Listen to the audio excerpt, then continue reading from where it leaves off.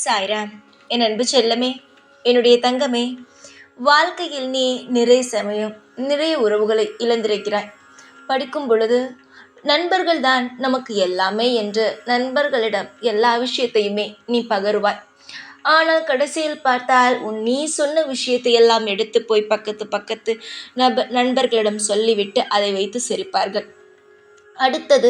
அடுத்தடுத்து வளர வளர நிறைய பேரை பார்த்தாய். நிறைய பேரும் அதே போலத்தான் செய்தார்கள். பாதி நாள் பேசுவார்கள், மீதி நாள் விட்டு போயிடுவார்கள். சரி, நமக்கென்று ஒரு உறவு வரும், நமக்கென்று ஒரு நல்ல விஷயங்கள் எல்லாம் நடக்கும் என்று நீ எப்பொழுதுமே ஒன்று நினைப்பாய். ஆனாலும் இப்பொழுது நல்லபடியாகத்தான் அனைத்தும் போய்கொண்டு இருந்தது. திடீரென்று உன்னுடைய துணை உன்னுடைய பேச்சை கேட்பது கிடையாது. நீ ஒரு இடத்திற்கு செல்ல வேண்டும் என்றால் அந்த இடத்திற்கு வருவது கிடையாது. நீ ஒரு ஆசையாக பேச வேண்டும் என்று நினைத்தால் அது பேசுவது கிடையாது. உன்னை விட்டு ஒதுங்க வேண்டும் என்று மட்டும்தான் அது பார்க்கிறதே தவிர உன்னோடு சேர்ந்து சந்தோஷமாக ஒரு குடும்பத்தை நடத்த வேண்டும் என்பதை உன்னுடைய உறவானது பார்க்கவே இல்லை. இதையெல்லாம் பார்க்கும் பொழுது நம் வாழ்க்கையில் நல்லது நடக்காதா? படிக்கும் பொழுதிலிருந்து சரி, நம்முடைய வாழ்க்கையில் சிறு வயதிலிருந்து ஒரு விளையாடும் பருவத்திலிருந்து இப்பொழுது வரைக்குமே நமக்கென்று ஒரு ஆள் நம்முடைய கஷ்டத்தை பகிர்ந்து கொள்ள, நம்முடைய கஷ்டத்தை தெரிந்து கொள்ள, நமக்கு ஏதாவது ஒன்று என்றால் தட்டி கொடுத்து ஆறுதலான வார்த்தைகளை சொல்ல யாருமே இல்லையே. எதற்காக இப்படி ஒரு வாழ்க்கை? பெற்றவர்களிடம் எவ்வளவு விஷயத்தை பகிர முடியும்? நம்முடைய கஷ்டத்தை அவரிடம் சொன்னால் அவர்களும் கஷ்டப்படுவார்கள் என்பதற்காகத்தானே நண்பர்கள் என்று இருக்கிறார்கள். நண்பர்களிடமும் சொல்ல முடியவில்லை. அதை வைத்து இவளுடைய வாழ்க்கை இப்படி போய்விட்டதே என்று சிரிக்கிறார்கள். அதுவே நம் துணையிடம் சொல்வோம். எல்லா விஷயத்தையும் நம் துணையானது நம்முடைய மனதில் இருக்கும் அனைத்து காயங்களையுமே தாங்கும் என்றால் அதுவும் அசிங்கம்தான் படுத்துகிறது. வாழ்க்கையில் ஒதுங்கத்தான் பார்க்கிறது. இதையெல்லாம் நீ வைத்து வாழ்க்கையில் இனிமேல் நமக்கு நல்லது நடக்காதோ என்ற ஒரு முடிவுக்கு நீ வந்து விட்டாய். நீ வந்த முடிவு தவறு. உன்னுடைய வாழ்க்கையில் இன்னும் எதுவுமே முடியவே இல்லை. நீதான் கவலைப்பட்டு கொண்டு இருக்கிறாய். இப்பொழுது இருக்கும் இந்த நிலைமை நிச்சயமாக உனக்கு மாற்றி தருவது என்னுடைய கையில் இருக்கிறது. உன்னுடைய வாழ்க்கையில் சிறு வயதிலிருந்து சரி, இப்பொழுது வரைக்கும் சரி, இனிமேலும் உன் வாழ்க்கையில் நடக்கப் போகும் ஒவ்வொரு விஷயம் எல்லாம் எனக்கு தெரியும். இதற்கு பிறகு என்ன விஷயம் நடக்கப் போகிறது என்று உனக்கு தெரியாமல் இருக்கலாம். ஆனால் எனக்கு என்னென்ன விஷயம் நடக்கப் போகிறது, உன்னுடைய வாழ்க்கையில் நீ எப்படியெல்லாம் இருக்கப் போகிறாய் என்பது அனைத்தும் எனக்கு நன்றாகவே தெரியும் அல்லவா? அதனால் நீ எதையுமே நினைத்து கவலைப்பட வேண்டிய அவசியமே கிடையாது. இதற்கு மேல் என்ன நடக்கப் போகிறது, இதற்கு முன்பு என்ன நடந்தது, இந்த நொடி என்ன நடந்து கொண்டு இருக்கிறது, அடுத்த ஒரு மணி நேரத்தில் என்னென்ன விஷயமெல்லாம் நடக்கும் என்பது எனக்கு தெரியும். தங்கமான பிள்ளையே, நாளைய நாள் மிக மிக உன் வாழ்க்கையிலேயே முக்கியமான நாள். உன்னுடைய வாழ்க்கையில் நிறைய நேரம் நிறைய விஷயங்களை இழந்து இருக்கிறாய். நான் சில சமயம் உன்னுடைய முன் வந்து சொல்வேன், இந்த விஷயத்தை செய் என்று சொல்வேன். ஆனால் கண்டு கொள்ளாமல் போவாய். ஆனால் நாளைய நாளை நீ விட்டுவிட்டால் திரும்ப வந்து என்னிடம் எந்த ஒரு விஷயத்தை நீ கேட்டாலும் நான் கண்டு கொள்ளவே மாட்டேன்.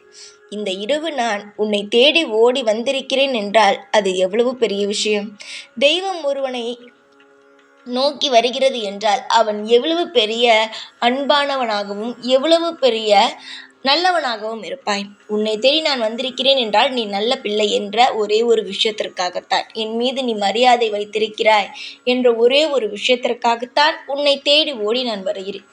ஆனால் நீ என்னை அலட்சியம் செய்துவிட்டு போனால், இல்லை நாளைய நாளை நீ வந்து தவறவிட்டால், அதற்கு பிறகு என் வாழ்க்கையில் என்னுடைய துணை இப்படி நடக்கிறது, என் வாழ்க்கையில் இப்படி நடக்கிறது என்று நீ சொன்னாலும் பிரயோஜனமே இல்லை. வாழ்க்கையில் வாய்ப்புகள் என்பது ஒரு முறைதான். அதை எப்படி பயன்படுத்தி கொள்ள வேண்டும் என்பதை நீதான் முடிவெடுக்க வேண்டும். வாய்ப்புகள் கிடைக்கும். அந்த வாய்ப்புகளை பயன்படுத்திக் கொள்வது உன் கையில் தான் இருக்கிறது. எல்லா விஷயத்திலும் நீதான் ஜாக்கிரதையாகவும் கவனமாகவும் இருக்க வேண்டும். நாளை சனிக்கிழமை. சனிக்கிழமை உன்னுடைய ஊரில் இருக்கும், அதாவது ஆஞ்சநேயர் கோவிலுக்கு சென்று வா. நீ போகும் பொழுதே உனக்கு சுபசகுடம் ஏற்படும். நீ கோவிலிருந்து திரும்ப வரும் பொழுது உன் கண்ணுக்கு நிச்சயமாக நான் தென்படுவேன். உன்னுடைய கண்முன் நான் வந்து நிற்பேன். நீ கோவிலுக்கு போயிட்டு திரும்ப நீ வரும் பொழுது, கோவிலிலிருந்து காலடி எடுத்து வெளியே வைக்கும் பொழுது இந்த சாய் வந்து நான் நிற்பேன். உண்மையாகவே நிற்பேன். நீ நம்பிக்கையோடு நாளை சனிக்கிழமை ஆஞ்சநேயர் கோவிலுக்கு போயிட்டு வா.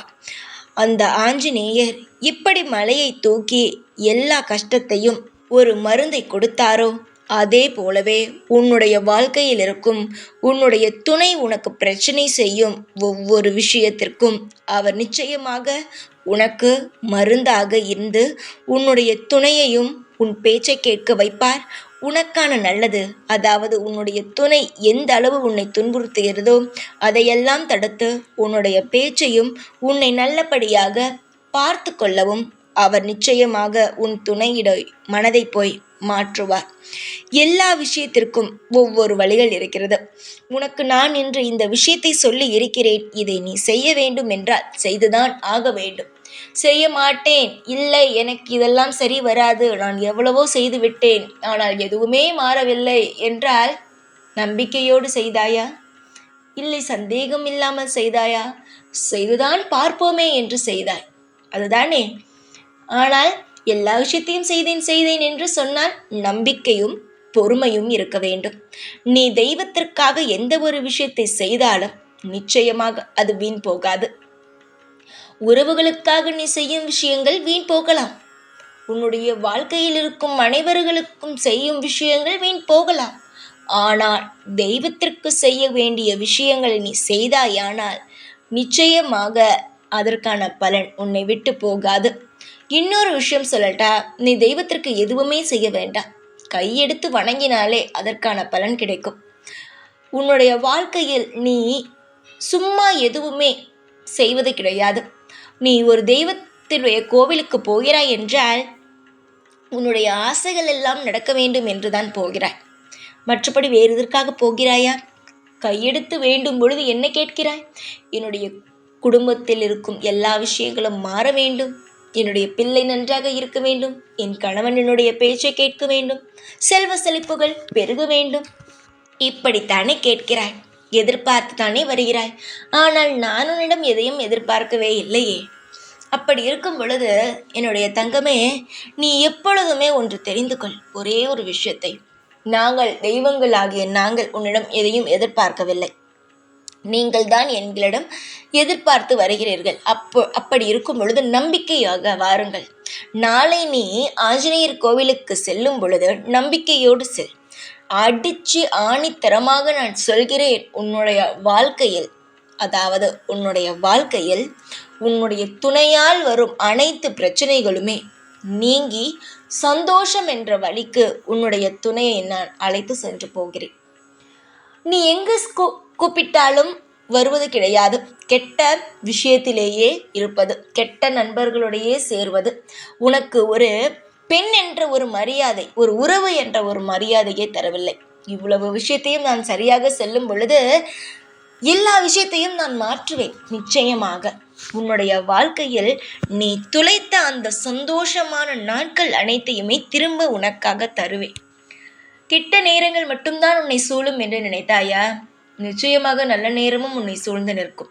இந்த சாய் நிச்சயமாக அனைத்து விஷயங்களையும் உனக்கு அப்படியே வட்டம் போட்டு உன்னை சுற்றி கொண்டே இருக்கும்படி நான் செய்வேன். நல்ல எண்ணத்தோடு நல்ல நிம்மதியாக தெய்வத்தை வணங்கி விட்டு வா. உனக்கு என்ன வேண்டுமோ அந்த ஆஞ்சநேயரிடம் சொல்லிவிட்டு வா. நிச்சயமாக சத்தியமாக உன்னுடைய வாழ்க்கையில் எதை கேட்கிறாயோ அது நிச்சயமாக நடக்க ஆரம்பிக்கும். அடுத்த நாளே நீ போயிட்டு வந்து அதற்கு பிறகு அடுத்தடுத்த நாளே உன்னுடைய கணவனுடைய உன்னுடைய துணையுடைய வாழ்க்கை, அதாவது அவனுடைய குணங்களானது மாற ஆரம்பிக்கும். நிச்சயமாக நல்லது நடக்கும். இன்னொரு விஷயம், அதையும் செய்து நீ பார். கோவிலுக்கு போயிட்டு வரும் பொழுது ஆஞ்சநேயருடைய கையில் வைத்து கயிறை வாங்கி வந்து உன்னுடைய துணையிடம் கையில் கட்டு. நிச்சயமாக தப்பான விஷயத்தை செய்வதை நிச்சயமாக தடுக்கும். தவறான பாதை, கெட்ட பழக்கங்களிலிருந்து அந்த கயிறானது உன்னுடைய வாழ்க்கை துணையினம் இருந்து தடுத்து நல்ல மனிதனாக மாற்றும். இதை செய்து பார்த்துவிட்டு என்னிடம் எப்படி இருக்கிறது என்று சொல். புரிகிறதா? இந்த சாய் சொன்னால் எல்லாமே சரியாகத்தான் இருக்கும், சரிதானே? அப்படி இருக்கும் பொழுது உன்னுடைய வாழ்க்கையில் என்னென்னலாம் தேவைப்படுகிறதோ, எந்தெந்த விஷயங்கள்லாம் உனக்கு வேண்டுமோ அனைத்தையுமே நான் உன் வாழ்க்கையில் தந்து உன்னை சந்தோஷப்படுத்தி பார்ப்பேன். பொறுத்திருந்து எல்லாவற்றையும் பெற்றுக்கொள். தாராளமாக தருகிறேன். அவசரப்பட வேண்டாம். நிதானமாக இருந்தால் எல்லாம் உனக்கு தானாகவே கிடைக்கும். நம்பிக்கையோடு இருங்கள். இந்த சாய்க்கு தெரியும் நீங்கள் எந்த இடத்திற்கு போனால் என்ன நடக்கும், எந்த வேலையை செய்தால் என்ன நடக்கும், எந்த விஷயத்தை செய்தால் வாழ்க்கை செழிக்கும் என்று. அதற்கு தகுந்த நல்ல நல்ல வழிகளை சொல்லிக்கொண்டே இருப்பேன். நம்பிக்கையோடு இருங்கள். எல்லாம் நல்லதே நடக்கும். ஓம் சாய்ராம்.